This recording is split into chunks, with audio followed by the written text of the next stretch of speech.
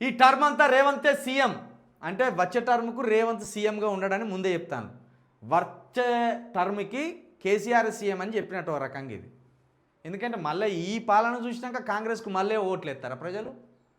ఇప్పుడు ఈ పాలన అంతా చూసినాక, రేవంత్ రెడ్డి తీరంతా చూసినాక, కాంగ్రెస్ ఎమ్మెల్యేల మంత్రుల మాటలు చూసినాక కూడా మళ్ళో టర్మ్కి కాంగ్రెస్కు ఓట్లు వేసినామంటే ఇక మనంత అమాయకులు లేరు అన్నట్టు అర్థం.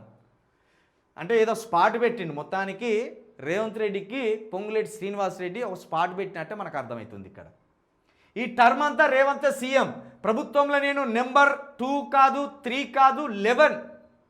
ఈ అసెంబ్లీ సమావేశాల్లోనే కొత్త ఆర్ఓఆర్కు ఆమోదం. 2000 ఎకరాల నిషేధిత భూములు బీఆర్ఎస్ స్వాహా. జీవో 59 కింద 19 ఎకరాలు సైతం ఆధారాలతో సహా బయట పెడతాం, స్వాధీనం చేసుకుంటాం. ఇప్పుడే 4 ఏళ్లకు సరిపడా ఇందిరమ్మ ఇండ్ల లబ్ధిదారుల జాబితా. ఈ నెలలోనే కొత్త రేషన్ కార్డుల జారీకి చర్యలు.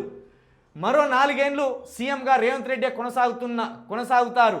ప్రభుత్వంలో నేను నెంబర్ 2 కాదు 3 కాదు, నా నెంబర్ 11.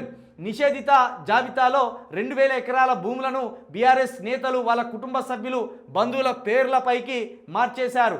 జీవో 59 కింద సుమారు 19 ఎకరాల భూమిని సైతం వారి దగ్గరి వాళ్లకు అప్పగించారు. ఇక్కడ ఒక్కో ఎకరం దాదాపు 100 కోట్లు. ఆధారాలతో అక్రమాలన్నిటినీ బయట పెడతాం, తిరిగి ఆ భూములను స్వాధీనం చేసుకుంటాం అని మంత్రి పొంగులేటి శ్రీనివాసరెడ్డి అన్నారు. శ్రీనివాసరెడ్డి గారు, మీరు గనక నిజంగా ఈ బీఆర్ఎస్ వాళ్ళు కబ్జా చేసిందని మీరు అంటున్నారు కదా, మొదటి నుండి 100 ఎకరాల భూములను కబ్జా చేసిన వాళ్ళు ఒక్కొక్క ఎమ్మెల్యే అంటారు. అది కనుక మీరు చేయగలిగితే నిజంగా ఈ బీఆర్ఎస్ నిజంగా దోషిగా చూపెట్టినట్టే మీరు. ఇప్పుడు మంత్రి మల్లారెడ్డి గారు కొన్ని 1000 ఎకరాల భూములను, ప్రభుత్వ భూములను ఆక్రమించినలు అనేది పొంగులేటి శ్రీనివాసరెడ్డి, రేవంత్ రెడ్డి అందరు చెప్తున్నారు.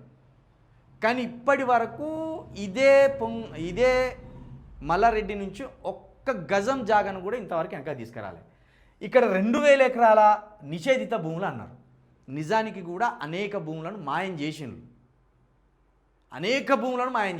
బీఆర్ఎస్ ఎమ్మెల్యేలు, దాంట్లో నో డౌట్. చాలా భూములను, ప్రభుత్వ భూములను కావచ్చు, శిఖం భూములను కావచ్చు, ఇట్లా ఎఫ్టీఎల్ పరిధిలో ఉన్నాయి కావచ్చు, వందలాది కోట్లాది విలువ చేసే భూములను ఆగం చేసిండు కొంతమంది నాయకులు. ఆ నాయకుల పేర్లు వీళ్ళకి తెలుసు, మనం స్వయంగా చెప్పవలసిన పేర్లు. ఎందుకంటే మల్లారెడ్డి భూ కబ్జాదారుడు అని చాలా పెద్ద ఎత్తున ప్రచారం జరిగింది కదా, ఆ క్రమంలో ఆయన పేరును తీసుకున్నాం. కానీ ఆయన లాంటి భూ బకాసురులు ఇంకా అనేక మంది ఉన్నారు.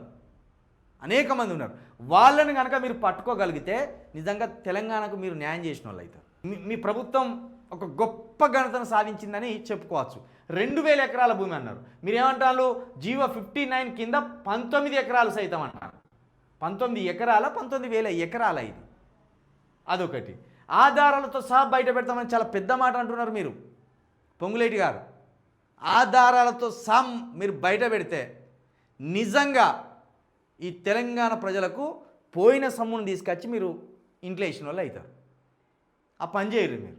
ఇది చాలా పెద్ద మాట అన్నారు. ఇది ఇంకోటి, టర్మ్ అంతా రేవంతే అంటే వచ్చే టర్ముకు మీరే ఏమైనా స్కెచ్ గీసుకున్నారా? లేకపోతే ఇక వచ్చే టర్ముకు మేము గెలిచినట్టులేమో ఓడిపోయినట్టే అనుకుంటున్నారా? గతంలో రాజశేఖర రెడ్డి పాదయాత్ర చేస్తున్న సందర్భంలో కూడా TV9 రిపోర్టర్ ఒక మాట అడిగిండు, మీరేనా ఒకవేళ కాంగ్రెస్ అధికారంలోకి వస్తే మీరే సీఎం అంటే, మీరు నన్ను ఇప్పుడు ఇరకాటంలో వేసిండ్రు, నేను సీఎం అని ఎప్పుడు చెప్పలేదు, అది కాంగ్రెస్ అధిష్టానం చూసుకుంటుంది. కానీ ఒకటి మాత్రం చెప్పగలను, అధికారం దేబోతున్నా కాంగ్రెస్కి అని చెప్పిండు, అధికారం తెచ్చిండు. అలాగే ఇప్పుడు మీరు కూడా నేను నెంబర్ 1 కాదు, నెంబర్ 3 కాదు, నెంబర్ 11 అన్నారు. అంటే దామోదర్ రాయ నరసింహ గారు నెంబర్ 2నా, లేకపోతే బట్టి విక్రమార్క గారు నెంబర్ 2నా? అంటే నెంబర్ 2 నెంబర్ 3లు ఉన్నాయని చెప్పగానే చెప్తున్నాడు పొంగులేటి గారు. రేవంత్ రెడ్డి గారి తర్వాత నోరు తెరుచుకొని నేనే సీఎంనని కుట్రలు చేసేటోళ్ళు ఉన్నారు అని పొంగులేటి గారే చెప్తున్నారు స్వయంగా. ఎప్పటికీ రేవంత్ రెడ్డి నెంబర్ 1 అని అన్నాడంటే, ఇప్పటికీ రేవంత్ రెడ్డి నెంబర్ 1 అన్నాడంటే ఏదో రోజు నెంబర్ 2 నెంబర్ 1 మీద కన్నేసిండనే అర్థం కదా ఇక్కడ. కాబట్టి ఈయన 11వ స్థానంలో ఉన్నాడంటే ఏదో ఒక రోజు ముందుకు రావాలని ఈయన కోరుకున్నట్టే కదా. అది సహజంగా ఉంటుంది ఏ రాజకీయ నాయకుడికైనా. కాబట్టి నెంబర్ గేమింగ్ స్టార్ట్ అయింది. రేవంత్ రెడ్డి కుర్చీకి వీళ్ళు ఎసరు పెట్టిందని అర్థం. ఇక ఈ లొల్లి అంతా మీది ముందటేసుకోరు కానీ ఈ 2000 ఎకరాల భూమి మాత్రం తీసుకొచ్చి మళ్ళీ ప్రజల ఖజానాలో వేసే ప్రయత్నం చేయరు, ప్రభుత్వ ఖజానాలో వేసే ప్రయత్నం చేయరు. అది బాగుంటుంది.